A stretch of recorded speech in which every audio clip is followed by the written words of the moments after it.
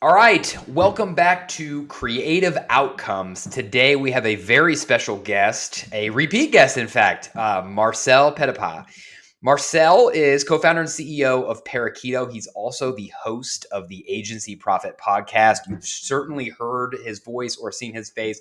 He is a fairly prolific speaker in and around the agency landscape, and we are very excited to have him with us. Marcel, welcome. Ryan, thanks for having me, man. It's great to be here.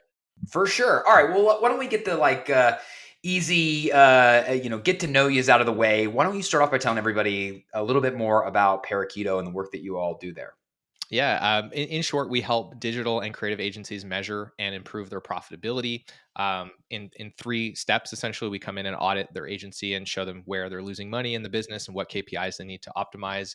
We then help them design and install a system to measure those KPIs and have that visibility on an ongoing basis. And then the third step is they can actually hire us to become their data operations team. So we take care of the reporting and they don't have to worry about it anymore. And as part of that, we can also help them understand and extract information from that data and make better business decisions ultimately. Awesome. Yeah, I like that. There's a lot there that I think we're going to get into that I'm excited about. I think you and I, we no doubt address some of or we face and have helped solve some of the same problems. And I love the direction that you come to it from with sort of a non-financial operational bent. But before I go all the way there, some of our faithful listeners, numerous as they may be, would recognize you from a conversation we had almost 3 years ago. And at the time, that was you were here on behalf of Parakeeto, but the vision was a little bit different. At the time, the focus, and you can correct me if I'm wrong, but I believe the focus was really predominantly on a software solution that was going to solve the problems that you just kind of outlined. And it's funny. My partner, I may have even said it last 3 years ago, but I'll say it again. I always rip him off. He always loves to say this thing, which is like everybody thinks they have the software problem, but they don't. They have a process problem. And so I have this like small feeling that I know the reason why your vision has evolved the way that it has, and the way that you're approaching this has a much heavier service element to it. But I would love to hear it, from you. Like, what am I right? Am I thinking about this right? Like, what was what made this happen? Yeah, I mean, you hit the nail on the head, Ryan. We did start as a software company and we built a platform that we tried to sell to agencies that allowed them to bring in their data from all their various sources, time tracking and project management, and then report on these critical KPIs that drive margin, like average billable rates and utilization and capacity forecasting. And to your point, what we realized was that a whole bunch of things. First of all, that data was a complete mess most of the time, and they didn't even know how to begin to structure that in a way that was actually going to be conducive to good reporting. And then a lot of our clients also saw reporting on these metrics as an event and not a process. And so the muscle of doing quality assurance and data normalization and adapting those data structures to changes that were happening in the business was completely lost on them. So essentially, to your point, we were giving them the tools, but they didn't have the knowledge or the process really internally to be successful. And they started asking us for help with these things. And so we started helping them. And then we started asking them for money in exchange for that help. And next thing you know, we were a technology leveraged service company. And it was about December of last year where we said, we're not even going to sell software anymore. We're only going to sell a service, and we'll start using the software internally to deliver that service, almost like you would hire a bookkeeping firm. They're going to come with a QuickBooks or a Xero on the back end, but they're going to actually deliver the outcome. That was really the approach that we took, and that was a game changer for us and for our clients, and we've been much better off for it. Yeah, that makes a lot of sense. Okay, so I have a couple of follow-ups. I mean, the first is, again, I think you said more or less what I assumed that you might say. I think we live and breathe that problem plenty, right? Which is like we'll have clients who have they've adopted a tool, right? Whether it's Parallax or whatever it is, right? Some really great software, and I think the assumption going in is like, oh, this is the silver bullet. Like I'm going to implement this thing, and it's gonna produce all of this really insightful data. But again, what they find and you found and everybody finds is that the outcome is only as good as the inputs.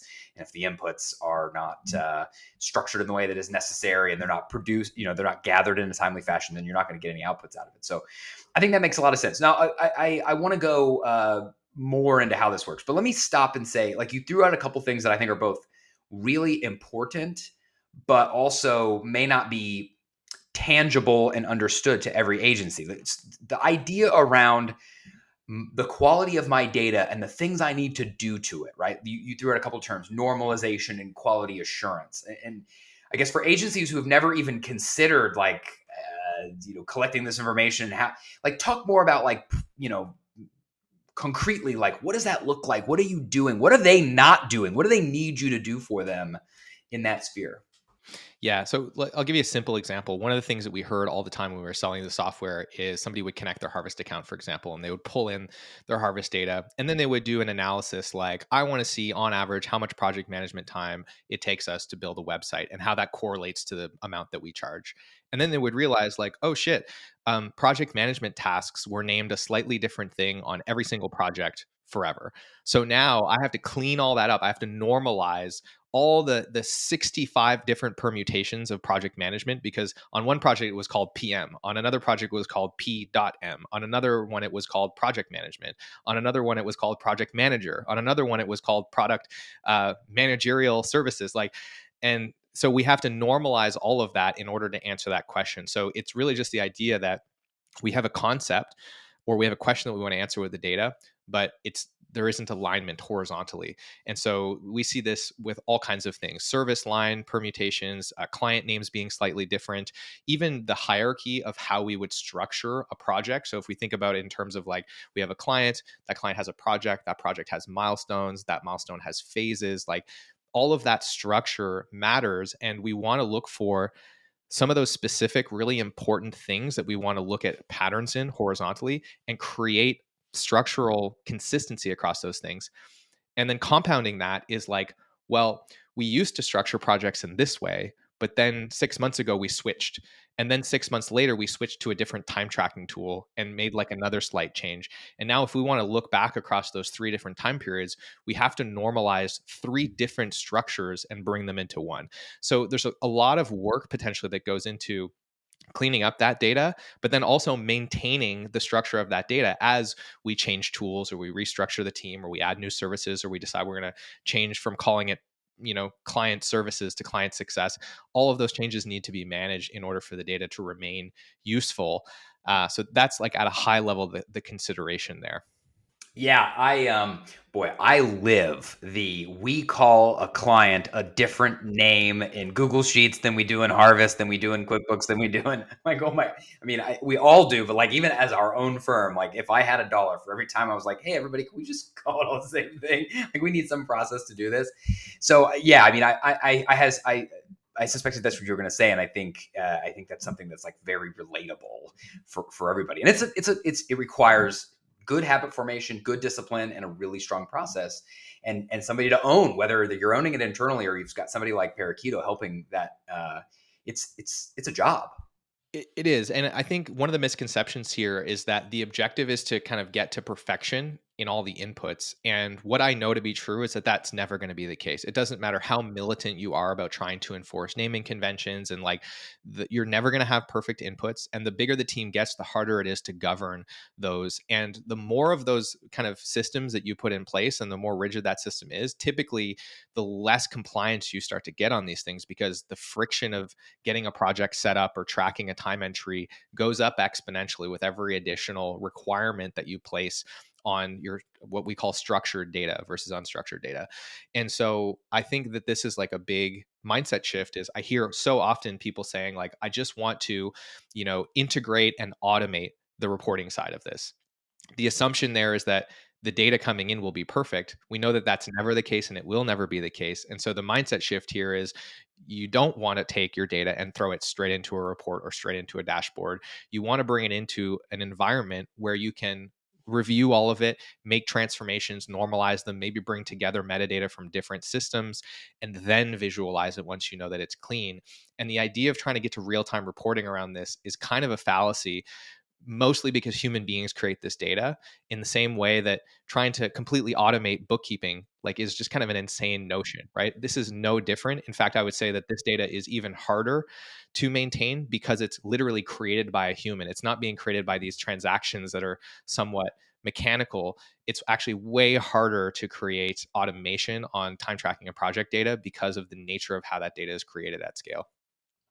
Yeah, we share that opinion, which is I always laugh when I think about the idea of like and we'll fast forward 50 or 100 years. I'm sure we'll have automated solutions to some of this normalization. But yeah, the idea that like yes, it makes a lot of sense that you could take time tracking information or you could take other non-financial inputs and you could reproduce with automation capacity plans and project profitabilities. And similarly, you could take bookkeeping transaction data and you could automatically produce financial statements. But of course, it relies on this like gigantic if that is like that information is reliable. And we completely forget the idea that like, no, it's been manipulated by this human and that human doing all sorts of like irrational things. And that's just really hard to automate. Like humans are very hard to automate.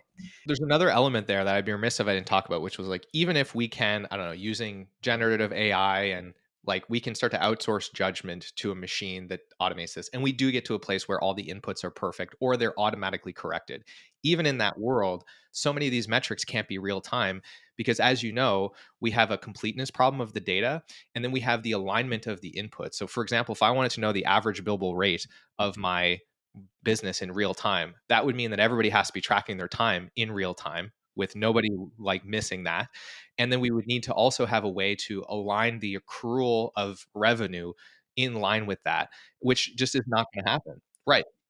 So we need to set, just like bookkeeping, reconciliation times when it's like, okay, Friday end of day timesheets are due. On Monday, we verify that all the data's in. Then we can process it. We then can, accrue our revenue up to a certain point. And now we have the complete set of data required to actually get an accurate read on this. If we try to do it in real time, we would have more timely insights, but it would never be accurate because we would never have a complete set of data that was perfectly aligned. So those considerations are also often not thought about. Well, totally agreed. Let me I'm gonna we've gotten in details about some things related to time tracking and how these things would work. I'll bring us back up to 30,000 feet just for a second because I think your approach to the work that you do is very interesting, right? Like I think you have a very unique selling proposition as it relates to how you help agencies, and I think your way in is all around. Again, I'm gonna paraphrase it, and you can tell me what I've gotten right and what I've gotten wrong. But it's all around non-financial data, right? I think the thesis is, hey, look, there's a lot of as it relates to evaluating the success and performance of an agency. The focus historically is primarily on financial data. That's all we ever want to look at, and we pay precious little attention, or maybe a disproportionately small amount of attention on non-financial data. And in many ways, that's more important in actually diagnosing. And so, I'd love to know. I'd love to know your sort of like philosophy. I'll actually throw out my philosophy. You can tell me if this like resonates or doesn't resonate. I mean, as I think about these two things, I don't know that I don't think about them as discretely separate concepts, financial versus non-financial data. I view them as sort of yins and yangs. I think the financial data is good and helpful, but it's often a lagging indicator, right? It's often downstream. It's the ultimate result. Where did we end up? Whereas non-financial data is upstream, right? It's a little bit more of a leading indicator. It can help me diagnose why I ended up the way I did from a financial standpoint. Is that how you guys think about non-financial? Like, how does your operating philosophy not compare to that? Yeah, it's similar. And to your point, like historically, financials have dominated the conversation in terms of measuring the business. And what I will say about financials is, to your point, they look back and they are precise. They have to be precise because you go to jail if they're not precise. And they're kind of table stakes, right, in terms of agency reporting, because they will give you the most accurate picture of what happened in the business, but they're not usually accurate in the sense that, like, the way that your revenue is accrued is probably not a realistic reflection of the business model. Oftentimes the way that your chart of accounts is structured, or the way that you have to group things together for general accounting or tax reasons, is not giving you like as much of a strategic insight. And to your point, because it's looking back, it tends to lag and it tends to be at a high level because, as you know, the cost of trying to get more specific about clients, projects, milestones, types of work is just exponential. It's just this really painful curve of additional time and money that goes into making an accounting system measure those things. So, to your point, the non-financial data is there to give you a much more, I'm going to say, accurate as opposed to precise, because it's less precise, but it's generally more accurate way of getting more timely and more specific insights into why your financial statements look the way they do, right? okay, we looked at our financial statements, we're not profitable. The important question is why. And the non-financial metrics can give you a lot of precision into, is it a utilization problem? Is it an average billable rate problem? And specifically, where does that problem exist in the business, to the degree that your data is structured to give you those additional levels of insight.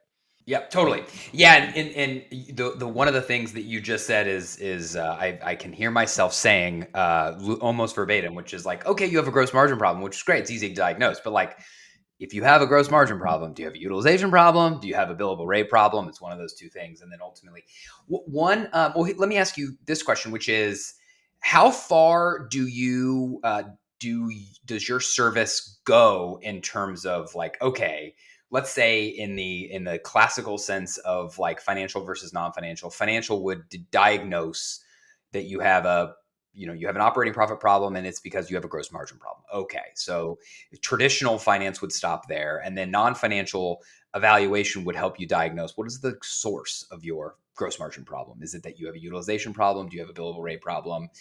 And then I guess from there, do you is your service predominantly like, let's help understand where where that is coming from, or is there an element of here's how to fix it? Like, where do you stop, I guess? It's both. And so in the audit process, it's going to come down to just how much data we have available for the client. But generally, we can diagnose very accurately that it's a utilization or an average billable rate problem and show you exactly what the numbers are behind that. So, like, you have a utilization problem, and every 1% of utilization under your target is costing you $60,000 of profit over the next 12 months and has cost you this much money over the last 24. So that's the level we get to in the audit. I just want to say really fast, I love that you do that. That's so great, right? Like, because I think, I mean, even as I think about utilization, like it's so opaque. It's like, yeah, we could be better utilized. You break it down to a very specific amount of money that we left on the table that now starts to resonate. And this is the thing that shocks people so much is, you talk about utilization and you're seeing these kind of small incremental numbers like, oh yeah, our target was, 56% and we were at 51. Like, so what? It's 5%, right? And similarly with average billable rate, it's like, oh yeah, our target was 150, we ended up at like 136, like whatever. And then you show them the the combination, it's like you literally would have tripled your profitability if you had closed that gap. Like that 1% is worth like basically the college tuition for your kids next year. Like, All to the bottom line. 100% of that goes to the bottom line. So yeah. and there are these compounding impacts because your overhead relatively goes down the more efficient, so like there's all these things. So that's what we do in the audit. And then the question becomes, okay, you have a utilization problem or you have an average billable rate problem.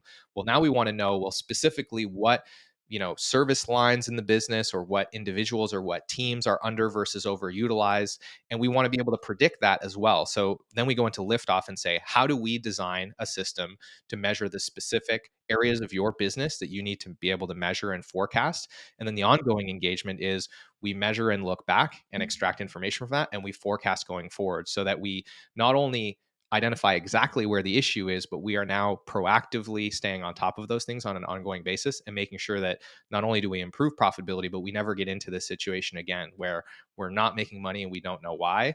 And we sit down and review those numbers with our clients on a regular cadence and provide some perspective on how to interpret it, what kind of questions to ask, how to make those decisions. And we're providing recommendations along the way, right from the audit all the way through. We're there to not only provide the information, but also be there as like a sounding board and an external perspective to guide decision making. I love that. Let me ask. So I imagine this is an experience that I have plenty. I imagine this is an experience you have more than I do, which is okay. Yeah, you got a client who very much recognizes they have a gross margin problem, and they very much are interested in the diagnosis of their gross margin problem. They are not an active time tracking organization, and there are all sorts of reasons why they are not. And so I'm curious. What sorts of things have you found effective, if any, to get an organization that has been reticent to embrace time tracking to just like see the light? This is maybe a two-part question. One is like, it's probably a little bit easier to get their ownership around the corner, but they're reticent on behalf of their employees. So like, how do you get them around the corner and get compliance? Yeah, it's a great question. And I think To me, the reason that time tracking has been rejected by most employees is because either it's been used poorly in the past, because it's very easy to weaponize time tracking data and use it in the wrong way. And we've seen lots of people do that. Or they just haven't been involved in the application of that data. And they don't understand why they're doing it. And so they come up with their own story, and that story is usually not a good one. So to me, the most effective thing is to actually involve your team in the process of using that time tracking data to make their lives better. So when you run a report looking at the average billable rate across all your different clients, and you sit down with them and go, hey, like high fives all around. We crushed this project. What can we learn from that? And this one didn't go the way we planned. What can we learn from that? Then they start to go, oh, this is why we track time. Or you start going, hey, based on our historical data, this new project's coming in and it looks like we're going to be under resourced in design and we need to bring in some freelancers. And you involve them in that conversation and they start to see the application of that data and realize, like, oh, they're just using this to try and make sure that like our projects go well, we resource plan. There's nothing to me more powerful than that. But the challenge I see is that it requires you as an agency owner to have enough confidence to start putting that data in front of them and knowing how to talk about it. And that's usually why it's not happening. Yeah, I totally. I mean, yeah, there's situations where, hey, you were 110% utilized on the last project. I bet you're feeling pretty busy right now. Like we want to track this information so we can get you help. Like that's not a desire of ours for you to work 50 hours a week or whatever. But I love your response to that because I wholeheartedly agree. Which is like I think people just don't understand why this would be beneficial for them, and much the opposite, assume this is to their detriment for any number of reasons, because it has historically been to their detriment, or because humans are just very good at creating stories that are negative, like whatever the reason is. Like it's just about like enrolling the team in and understanding why we're doing this and having and using it to their benefit and demonstrating that. I think that goes a really long way. Yeah, I agree. And two other things I'll say on this is showing them and holding them accountable to utilization numbers is just a bad idea. So if you're doing that, stop immediately and don't. It's not actually making you more profitable either. It's actually probably making you less profitable.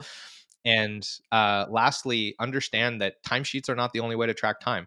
We've helped a couple of clients shift their business model to one where they could leverage centralized time tracking or resource plan based time tracking and actually still get all of the data that they need to run this analysis without asking their team to fill in timesheets at all. So understand that like there's a lot of misconceptions around time tracking, but you don't have to necessarily like impose timesheets on your team to get that information. Okay, so last question, but say maybe however many, 100 more words on the alternative to a time tracking scenario.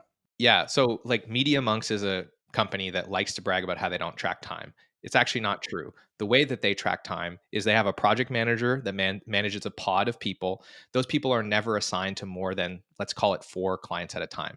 So the project manager is able to track time on behalf of their pod through daily stand-ups and check-ins, and they use the resource plan. Because if you export a resource plan to a CSV, it's time tracking data. So they're just capturing material differences. The reason they can do that is because they've shifted their business model to one where they're essentially doing team leasing and they've decreased the complexity at the end user level. And that allows the one person in the agency that could maybe get excited about time tracking data, which is the PM, to do it. And it relieves the design team or the external team from having to do it. So that's kind of one idea of how to shift that responsibility. Yeah, I love that. Okay, I feel like I could just keep going, but I will not do that for your sake and everybody else's. But I can tell you that I have personal empathy for this problem, and I work directly with clients who could very very much benefit from your audit all the way through your solution. So for everybody who's listening who agrees with me, what's the best way for them to find you, learn more, engage with you, all the things? Yeah, well, if you'd like to apply to work with us, you can head to parakeeto.com and there's lots more information there about what we do and who we serve. If you just want to consume more of our content, we have a toolkit, the Agency Profitability Toolkit, which has some training videos and templates and some spreadsheets that'll help you maybe start to explore some of these numbers and some of this data for yourself.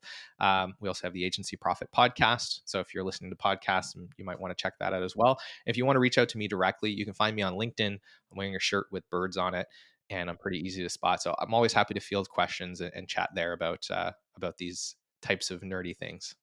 Awesome. All right, Marcel, it has been a pleasure.